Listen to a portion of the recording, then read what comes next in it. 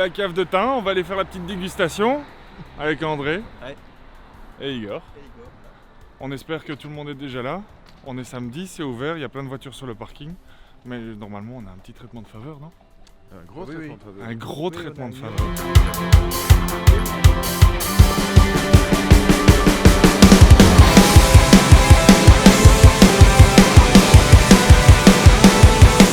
Super intéressant.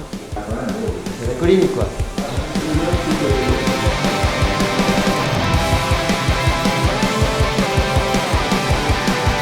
7 hectares d'Hermitage blanc, c'est beaucoup, mais ça fait quand même que pas beaucoup, ça fait quand même que 20-25 000 bouteilles. Par rapport à tous les marchés mondiaux, vous avez. C'est 5% de vos hectares quoi, au total. Sur 136, c'est 5%, encore plus. L'Hermitage? Oui. En blanc, vous avez en Hermitage blanc. En Hermitage blanc, non, 136 c'est toute la colline. Oui.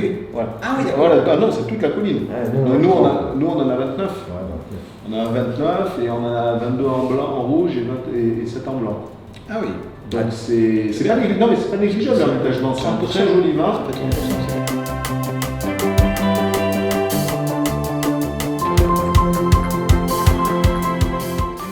Donc on a tout pensé avec les architectes, on s'est pensé architectes et œnologues. On a décidé de réinvestir dans ces cuves béton pour l'inertie de température. Ça c'est génial. Voilà. Ça c'est du blanc. Ça c'est le naturel ça. C'est le blanc. Et ça c'est le blanc. Ça, c'est les dépôts quand on parle d'élevage sur lit qui est au fond. Et quand tu fais du bâtonnage, c'est-à-dire que tu retournes le fût et tu les remets en suspension. Et ça va amener du gras. Et là, on voit vraiment les petits lits, c'est des levures mortes, ça. C'est des levures mortes, c'est pas long. C'est des levures mortes, voilà exactement. C'est ça qu'on appelle les lits. Hein. Et normalement, si tu veux, on voit tout le truc. Alors, avant on faisait ça avec un bâton, maintenant on faisait avec une chaîne. Et puis on roule la chaîne là-dedans, puis ça remet tout en suspension. Bah non, quand tu le retournes, il est en place là. On bosse avec 7 tonneliers, ne jamais mettre tous les œufs dans le même panier.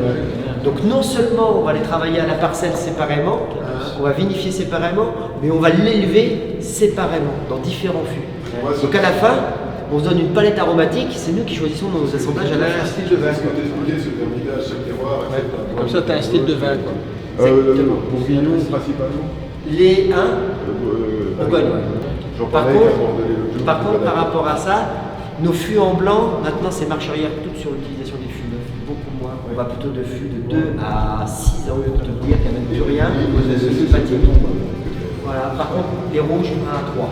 3 ans là, c'est. Voilà. Et en bas, je vais vous montrer, on travaille également sur pièces bourguignonnes de 228 litres. Ah ouais. Voilà, que des chauffes moyennes. Hein. On essaye des chauffes fortes, avec la syrah qu'on fait ici, ça ne marche pas. C'est trop costaud. Il faut oublier qu'on est dans le nord du Rhône, le septentrional, il faut garder la fraîcheur, il faut garder le croquant. Et on a fait des essais sur des fûts, et c'est trop marqué. Tu fais pas d'élevage là-dedans, c'est que pour les fermentations. Ouais, on fait, si, là ils sont au repos là. Ah ouais dedans, ouais. C'est Gros Hermitage 2019, tu vois.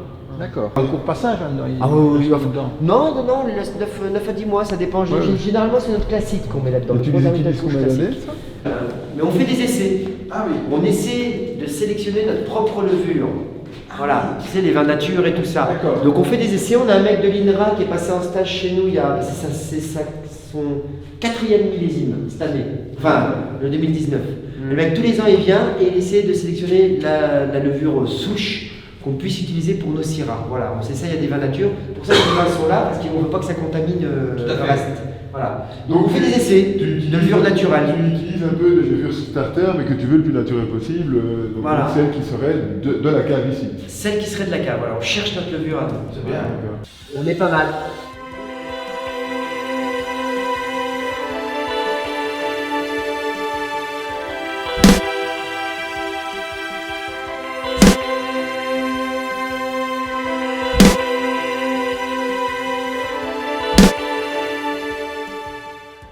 En mettant la bonde de côté, et ben en fait, on avait moins d'évaporation, moins de perte. Donc, tous ces vins-là, maintenant, quand je suis arrivé, on en mettait un ou deux, puis maintenant ils les mettent tous. Généralement, ils laissent un fût debout pour voir un peu les évolutions, mais tous ces fûts-là, donc tu ne peux pas l'ouvrir, hein. Il est plein. Hein. Tu ne le ouvres pas. Tu ne l'ouvres pas. On le laisse faire naturellement. Voilà. Ça, c'est les vieux. Là, c'est les très très vieux, ouais. Voilà, c'est très très vieux et les plus vieux. Magnifique.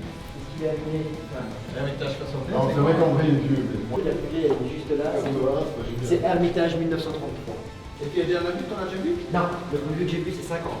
Ah, quand même. Et 50. grande émotion. Très très grande émotion. magnifique. Grand format.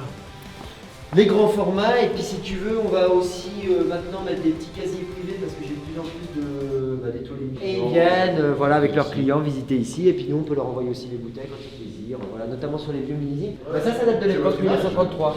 Cave coopérative, vin fin, teint, l'Ermitage. Ça vaut cher. C'est déjà un peu. Ouais, on est pas mal là. Ça vaut des sous. Non, On est pas mal, 1933, ouais. Faut la refaire un peu. forgé et tout. On est pas mal. On est bien installé, on est très bien installé. Et si vous vous doutez, hein, tu vois la porosité du béton, c'était du béton à l'époque. Là on est dans le béton de 33, donc c'est pour ça qu'il est humide. Mais j'adore cette partie-là de la cave.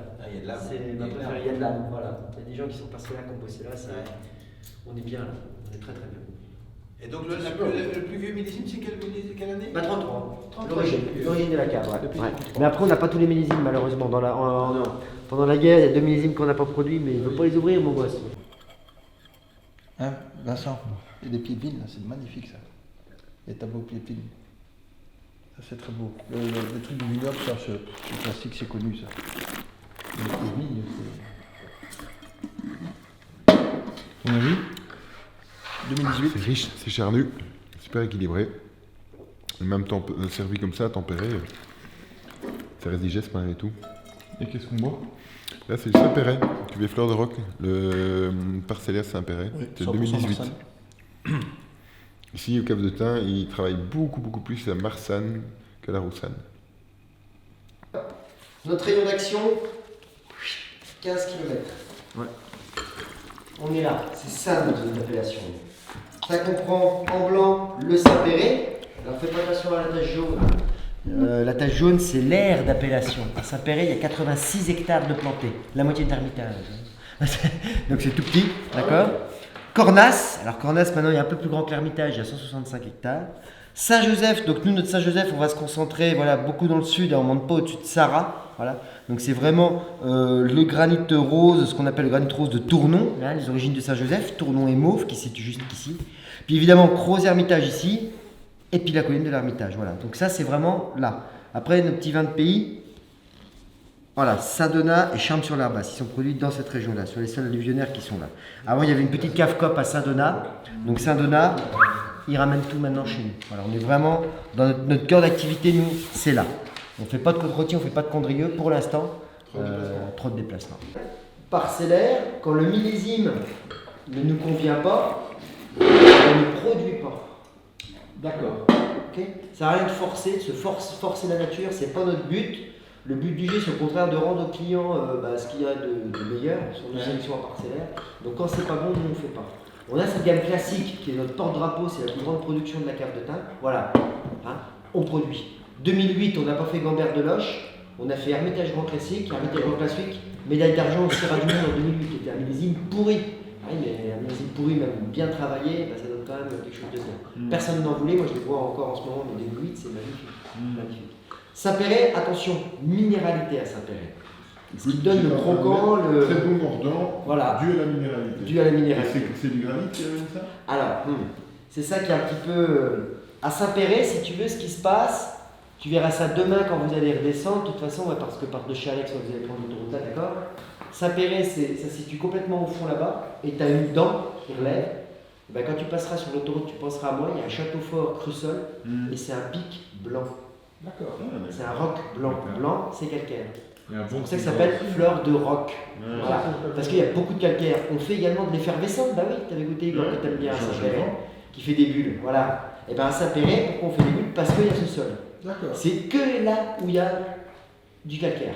Tout le reste, c'est granitique. C'est un peu la même minéralité qu'on retrouve sur les rouges en terrasse du Larzac, par exemple. En terrasse du Larzac, que vous avez éclaté là. Exactement. Du calcaire, de la fraîcheur, le mordant, côté mordant. Il y a un bon Mais c'est ça, effectivement, c'est ça qui fait le kiff du vin, c'est que tu as plein de gras en largeur à l'attaque, et puis tu as le mordant qui donne de la longe, plus le mordant est milieu de bouche, le gras est plus en opulence. C'est très bon, très bon. C'est bien ça. 18, bah, allez, c'est déjà bien, c'est ouvert. Ça va bien. On se calme un petit peu. On se calme un petit peu sur nos élevages, voilà. Avant, on n'hésitait pas, on faisait des 12-14, maintenant c'est plus des 6-8. en moins. Tu vois, voilà. mieux. On a réduit un peu, c'est mieux. Voilà. On laisse, comme tu disais, c'est là qui est important. Bon, on est équipé pour ça aussi. Hein. Bah oui. Mais on laisse s'exprimer un peu les vins, d'où ça vient et tout. On peut aller plus loin dans la recherche, l'identification de nos sols, voilà, avec la nouvelle cuverie.